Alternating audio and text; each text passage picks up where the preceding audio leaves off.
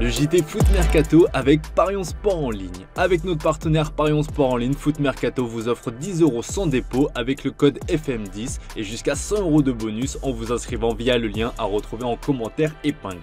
Salut tout le monde et bienvenue pour le dernier JT Foot Mercato de la semaine. Qui pourra arrêter le Paris Saint-Germain cette saison? Les Parisiens sont déjà sacrés champions de France à 6 journées de la fin, mais ce n'est pas qu'en France que ça cartonne, en Ligue des Champions aussi. Les hommes de Luis Enrique impressionnent avec 7 victoires sur les 8 derniers matchs. Une dynamique européenne qui fait beaucoup de bien à la France dans la course à l'indice UEFA. Dernier exemple en date, une victoire convaincante 3-1 face à Aston Villa, malgré l'ouverture du score anglaise. Un succès qui permet au PSG d'aborder sereinement le retour à Villa Park. Et ils ne sont pas seuls, l'OL aussi joue sa part. En Ligue Europa, les Gones ont accroché Manchester United de partout au Groupama Stadium et peuvent rêver d'un exploit à Old Trafford. L'Allemagne, elle souffre. Dortmund a pris une claque 4-0 contre le Barça. Le Bayern a chuté à domicile face à l'Inter 2-1. Et seul Francfort avec Hugo Ekitike a accroché un nul solide à Tottenham 1 partout. Même si ça ne changera rien pour cette saison, tout pourrait basculer l'an prochain. La saison 2020-2021, catastrophique pour la France, va s'effacer. Résultat, un écart de 7,298 points en moins avec l'Allemagne au début de la saison 2025-2026. Et si la saison s'arrêtait aujourd'hui, l'écart ne serait plus que de 6,851 points contre 14,149 actuellement. Affaire à suivre. L'OL a annoncé ce vendredi que Paulo Fonseca allait contester sa suspension. Avec le soutien de l'Olympique Lyonnais, Paulo Fonseca a saisi le CNOSF concernant sa suspension. L'audition devant le comité olympique se tiendra le 6 mai. Cette saisie n'est pas suspensive. Pour rappel, le coach portugais a écopé de 9 mois de suspension par la LFP après son coup de sang en Ligue 1. Côté Mercato, Luis Enrique fait tourner des têtes. L'ailier brésilien de l'OM, auteur de la meilleure saison de sa carrière avec 9 buts et 7 passes décisives en 30 matchs, est suivi par Leverkusen, Newcastle, Nottingham, mais surtout l'Inter Milan et le Bayern Munich. L'Inter envisage de faire une offre de 24 millions plus 4 millions de bonus, pendant que le Bayern a déjà pris contact avec l'entourage du joueur. La bataille est lancée. Le match à ne pas manquer ce week-end en Ligue 1, c'est le choc du haut de tableau entre Monaco et Marseille à suivre ce samedi à 17 h. Les deux équipes se battent pour les places européennes et ce choc promet d'être bouillant. Vous en avez l'habitude, vous pouvez miser sur la rencontre. Parions Sport en ligne et le JT Foot Mercato vous offrent 10 € sans dépôt avec le code FM10 et jusqu'à 100 € de bonus en vous inscrivant sur le lien à retrouver en commentaire épinglé. Côté pronostic, la rédac voit un match très serré. Stéphane voit une victoire monégasque 2-1 alors que Alexandre et Valentin voient un match nul 1 partout. Petit pari fun, Magnès Akliouche buteur côté A4.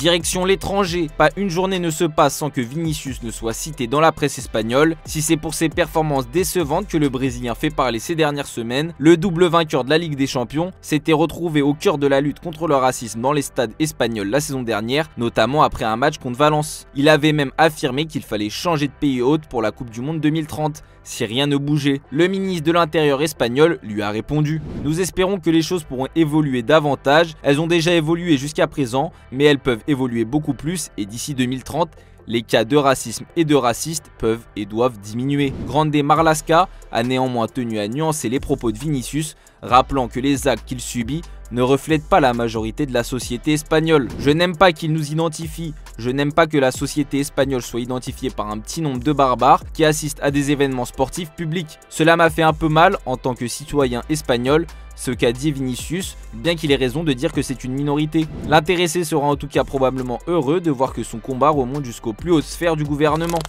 Au Real Madrid, les tensions montent. Ancelotti l'avait dit, il fallait un défenseur central et un latéral. La direction ne l'a pas écouté. Résultat, une claque 3-0 à l'Emirates face à Arsenal et un vestiaire déséquilibré selon la presse espagnole. Madrid pensait que Kroos partait mais que Mbappé arrivait et qu'Ancelotti trouverait la clé pour tout changer. Ils ont compris que Mbappé, Vinicius et Rodrigo avec Bellingham derrière eux ne s'entendaient pas. Ils ont enchaîné les matchs mais toujours par à-coups. Militao avec une double rupture des ligaments croisés, Rudiger sur du coton, Mendy blessé, Carvajal blessé. Ancelotti avait déjà dit cet hiver qu'il avait besoin d'un défenseur central et d'un latéral. Il n'a rien dit au sujet du milieu de terrain car il savait que ce serait très difficile. Des changements sont donc attendus lors de l'intersaison. Ce vendredi, Mundo Deportivo annonce que la Casablanca arrive à un tournant et a déjà plusieurs idées en tête. En plus d'accueillir Trent Alexander-Arnold librement cet été, La première, c'est de confier les clés de l'équipe à Xabi Alonso, le coach qui sera capable de redonner un coup de peps à Madrid alors qu'Ancelotti est plus menacé que jamais. Ensuite, le club de la capitale espagnole vise Martin Zubimendi pour solidifier son entrejeu après le départ de Toni Kroos et celui de Luka Modric qui interviendra au plus tard dans un an. Le profil de Zubimendi fait l'unanimité en interne. Pour la défense, la publication espagnole précise que les merengues sont intéressés par Dean Huijsen pour renforcer l'axe central. Selon Relevo, c'est surtout en 2026 que les champions d'Europe et d'Espagne en titre devraient s'activer et c'est William Saliba qui est dans le viseur. Une information révélée sur notre site il y a quelques mois déjà. Dean Huijsen sera probablement l'un des défenseurs centraux les plus courtisés sur le marché cet été. Une somme de 60 millions d'euros est évoquée pour déloger le joueur de Bournemouth où il est arrivé l'été dernier seulement et où son contrat court jusqu'en 2030. Le natif d'Amsterdam a répondu à l'intérêt des merengues durant une interview accordée à El Chiringuito. C'est une fierté qu'une si grande équipe s'intéresse à vous. Le Real est une grande équipe et tous les joueurs veulent y jouer le plus possible, souligne ce fan de Sergio Ramos. Si je veux y jouer, nous verrons. J'ai reçu des appels d'amis qui m'ont dit va au Real Madrid, j'ai ri car il y en a aussi d'autres qui m'ont dit d'aller au Barça. Le défenseur a fait mine de ne pas savoir si d'autres clubs s'intéressaient à lui, mais il a admis avoir de l'admiration pour Ancelotti. C'est un très bon entraîneur, il n'est pas au Real Madrid par hasard.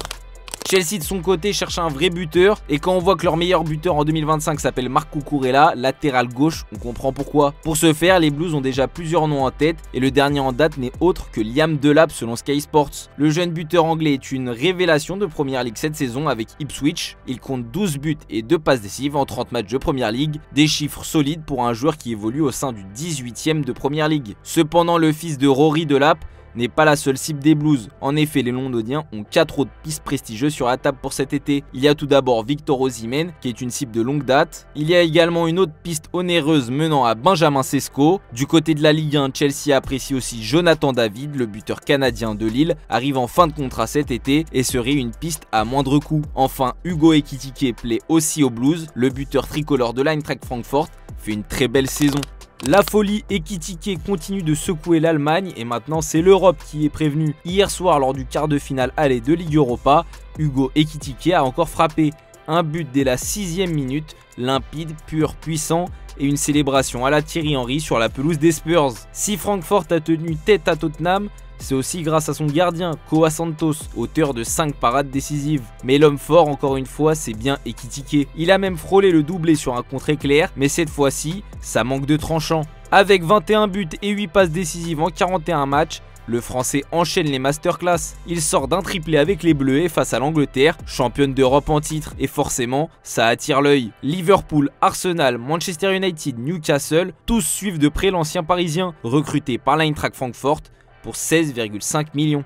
Un pari déjà gagnant. L'Eintracht voit en lui sa prochaine grande vente. Parfois il doit être encore plus fluide, comme il l'a fait devant le but, détaillé Marcus Krösche hier après la rencontre de C3, avant de faire un point sur sa situation. Hugo est encore jeune, mais il a aussi un peu d'expérience.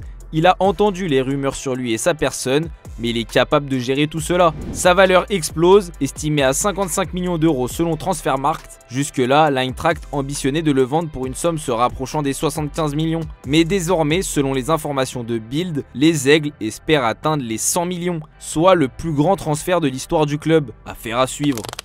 Dimitri Payet, lui, traverse une période très sombre au Brésil. Selon une plainte dévoilée par l'AFP, une avocate brésilienne affirme avoir été victime de violences physiques et psychologiques de la part de l'ancien Marseillais. En décembre, nous avons eu notre première dispute et il a commencé à me dire qu'il allait m'infliger des punitions. Il me demandait des preuves d'amour qui consistaient en des humiliations. J'ai enregistré des vidéos dans lesquelles je buvais mon urine, je buvais l'eau de la cuvette des toilettes, je léchais le sol. Avocate de profession, Larissa Ferrari accuse également le joueur de violences physiques, précisant qu'il lui arrivait de la pousser et de lui marcher dessus. Loin de son épouse et de ses enfants, Dimitri Payet va donc devoir faire face à ces accusations, de quoi contraster un peu plus sa nouvelle vie au Brésil. Cesc Fabregas en revanche brille dans sa nouvelle vie d'entraîneur, il a hissé Comme en Serie A et est bien parti pour les maintenir et ça attire l'œil. Leipzig songe sérieusement à lui pour la saison prochaine mais il est encore sous contrat jusqu'en 2028, le faire venir pour écouter une petite somme. Diego Godin était de passage à Madrid et il en a profité pour aller saluer ses anciens coéquipiers. C'est notre image du jour, merci de nous avoir suivis et on se dit à demain pour plus de vidéos sur Foot Mercato. Ciao ciao. No, estoy bien. Está como siempre. ¿Cómo se llama? Guapo no se llama. Guapo no. Vamos. Venga, zapatilla, vamos dentro. Para saludar a la gente. Está para 15 minutos, ahí para despejarla. Para 15, pero después del partido. A ver, después.